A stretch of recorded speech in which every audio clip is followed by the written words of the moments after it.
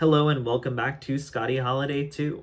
My name is Scotty Holiday, and if you haven't been here before, I'm a queer non-binary Star Wars content creator helping to fill the void of queer Star Wars content. I've been a huge Star Wars fan since I was about 6 years old, so it's no surprise to me that I'm now making content about Star Wars on YouTube.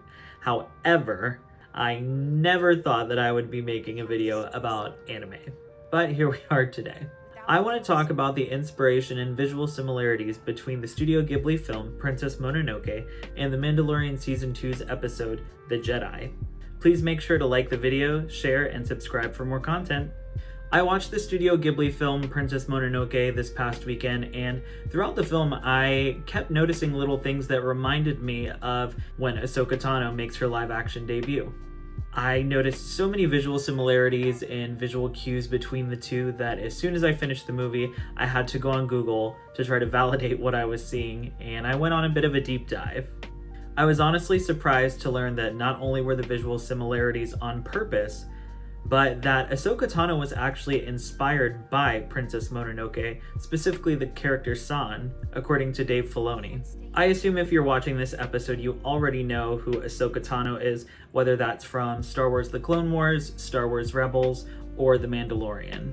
However, what you may not know is the story of Princess Mononoke. The story begins with Prince Ashitaka, who kills an enraged demon that threatened his village. Though he killed the demon and saved his village from the attack, he learns that he was inflicted with a deadly curse. Ashitaka is given an iron ball that was found in the remains of the demon and goes on a journey west in search of a cure and to figure out the reason for the demon's existence. During his travels, Ashitaka meets the people of Irontown with their leader, Lady Eboshi, who are amidst a bitter conflict against the enigmatic Princess Mononoke, a young girl raised by wolves who will stop at nothing to prevent the humans from destroying her home and the four spirits and animal gods who live there. Early on in the film, we're introduced to the people of Irontown, who are transporting rice back to their settlement. During this scene, the people are ambushed by a girl and 3 wolves. A quick battle ensues, and the people of Irontown, along with Lady Eboshi, are able to fend off the attack with their cannons. This is where we're first introduced to Princess Mononoke. We eventually learn that Princess Mononoke, whose name is San, was taken in by Moro, leader of the wolf clan, and raised as her own along with 2 other wolf pups. When Ashitaka first arrives at Irontown, we learn that they make iron weapons, mostly guns and cannons, out of ore mined from the earth. Because of their mining efforts, they're actually in the process of destroying the nearby cedar forest. In an effort to stop the destruction, the animal clans that dwell there are fighting back by replanting trees and even battling directly against the people of Irontown. While Lady Eboshi describes the struggle between the two, Ashitaka learns that she is actually responsible for the demon who attacked his village. At this point in the film, I started to notice the comparisons and similarities between the story of Princess Mononoke and the episode The Jedi. In The Jedi, we learn that Magistrate Morgan Elsbeth destroys planets by using all their resources in an effort to produce ships and weapons for the Imperial Navy, just like what is happening between Irontown and the Cedar Forest. Another similarity we learn is that both Irontown and the city of Caladan have been fending off reoccurring attacks from San and Ahsoka respectively. Lady Eboshi goes on to explain her operations in Irontown to Ashitaka, and we start to see the similarities between this discussion and the discussion between Magistrate Morgan Elsbeth and Din Djarin. Lady Eboshi informs Ashitaka that she plans to beat the animal clans and then destroy the forest by cutting off the head of its protector, the Forest Spirit. In The Mandalorian, Morgan Elsbeth discusses her operation on Corvus and the issues being caused by the Jedi. I am no Jedi. It's here where, just like in Princess Mononoke, Magistrate Morgan Elsbeth attempts to recruit Din Djarin to join her against the Jedi's attacks and eliminate those who oppose her to continue her operations. Both Ashitaka and Din Djarin then seek out the adversaries to formulate their own opinions. After nightfall, San infiltrates Irontown, planning to kill Lady Eboshi and put an end to her operations. San rides in at night, leaps over the wall, and begins attacking the guards. Similarly, we see Ahsoka do the same as a part of her and Din's plan to beat the Magistrate. After taunting their rivals and sending out their defenses, both the Magistrate and Lady Eboshi patiently wait until it's their time to do battle. Throughout the sequence, San evades the attacks from the citizens of Irontown by jumping between rooftops, alleyways, and even between buildings until she reaches Lady Eboshi, who is waiting to take her one-on-one. It's here where we can clearly see Dave Filoni paying homage to the film by having Ahsoka do the same until she eventually is able to confront the magistrate alone outside of her temple.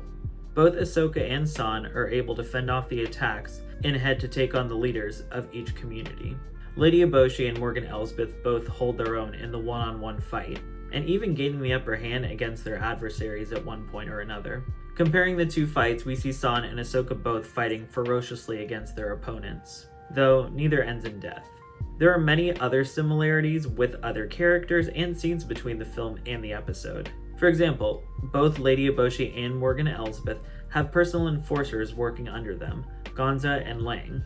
The citizens of each village live in dark, dingy dwellings full of dirt and pollution and dark clouds in the air.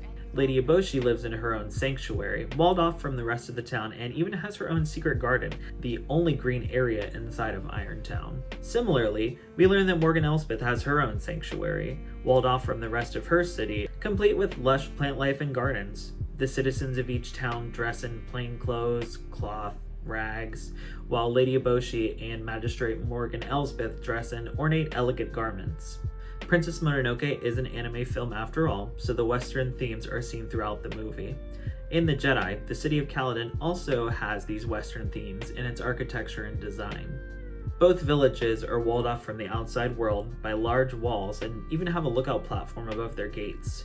The similarities between the two are undeniable, and we can clearly see that Dave Filoni was paying homage to the film and Ahsoka's character origins and inspiration. Without completely going into spoilers for the end of Princess Mononoke, the film ends with Irontown being completely destroyed and retaken by nature. The Mandalorian draws a parallel to this when showing scenes of Ahsoka outside of the city. She's surrounded by the only green plant life left in the dead forest around her. And in this comparison, Ahsoka represents nature fighting back, reclaiming the land, and the victory for the people of Caladan. Though the movie came first, I'm glad that I saw The Jedi before because it really made me appreciate Princess Mononoke's influence on Star Wars and my favorite character, Ahsoka Tano, even more. The similarities between Princess Mononoke and The Jedi are vast and purposefully so. Not only has Dave Filoni stated this, but George Lucas has actually also cited the movie as an inspiration. If you're interested in learning more about Princess Mononoke's influence on Ahsoka Tano and Star Wars as a whole by both Dave Filoni and George Lucas, stay tuned for part 2 of this video coming soon. Both the film and the show are great pieces on their own, and I highly suggest watching both of them if you haven't already. I was very anti-anime up until only a year ago, and I was definitely missing out on some great shows and movies. Have you seen Princess Mononoke or any other Studio Ghibli films? If so, which one's your favorite? Who's your favorite Star Wars character? Let me know in the comments below or hit me up on Twitter so we can chat about it.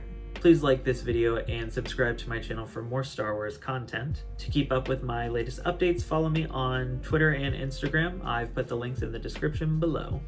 Thank you as always for watching, and may the Force be with you.